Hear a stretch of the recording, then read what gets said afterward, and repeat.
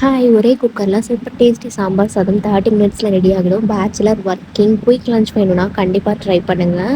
முதல்ல சாம்பார் சாதம் தேவையான வெஜிடபிள்ஸ் எல்லாம் கட் பண்ணி ரெடி பண்ணிக்கோங்க.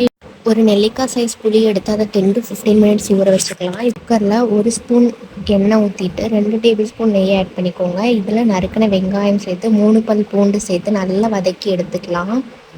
கோல்டன் ப்ரௌன் ஆகிற வரைக்கும் வதக்கினதுக்கப்புறமா இதில் 2 தக்காளி சேர்த்து தக்காளி நல்லா சாஃப்ட் ஆகிற வரைக்கும் வதக்கி எடுத்துக்கோங்க. தக்காளி நல்லா வதங்கினதுக்கப்புறமா இதில் மிச்சம் இருக்கிற எல்லா காய்கறியும் சேர்த்து ஒரு 2 நிமிஷம் நல்லா வதக்கி விட்டுக்கலாம்.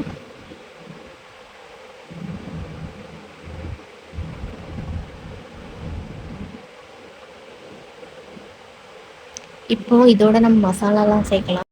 1 ஸ்பூன் மிளகாய்த்தூள், 1 ஸ்பூன் மல்லித்தூள், 1 ஸ்பூன் சாம்பார் பொடி, கொஞ்சம் மஞ்சள் தூள், தேவையான அளவு உப்பு சேர்த்து நல்லா மிக்ஸ் பண்ணி விட்டுக்கோங்க.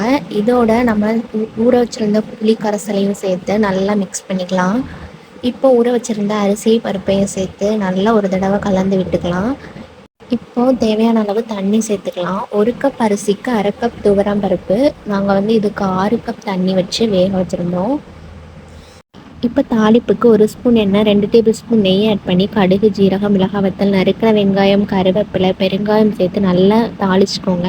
குக்கரில் ப்ரெஷர் போனதும் ஓப்பன் பண்ணி இதை தாளிப்பை சாம்பார் சாதத்தில் சேர்த்து நல்லா மிக்ஸ் பண்ணிக்கலாம். அவ்வளோதான், ரொம்ப சுவையான 1 பார்ட் சாம்பார் சாதம் ரெடி. அப்பளம் இல்லை ஊறுகாய் கூட சர்வ் பண்ணால் செம்ம டேஸ்ட்டாக இருக்கும். கண்டிப்பாக ட்ரை பண்ணி பார்த்துட்டு உங்கள் ஃபீட்பேக்கை கமெண்ட்ஸில் சொல்லுங்கள். See you in the next video.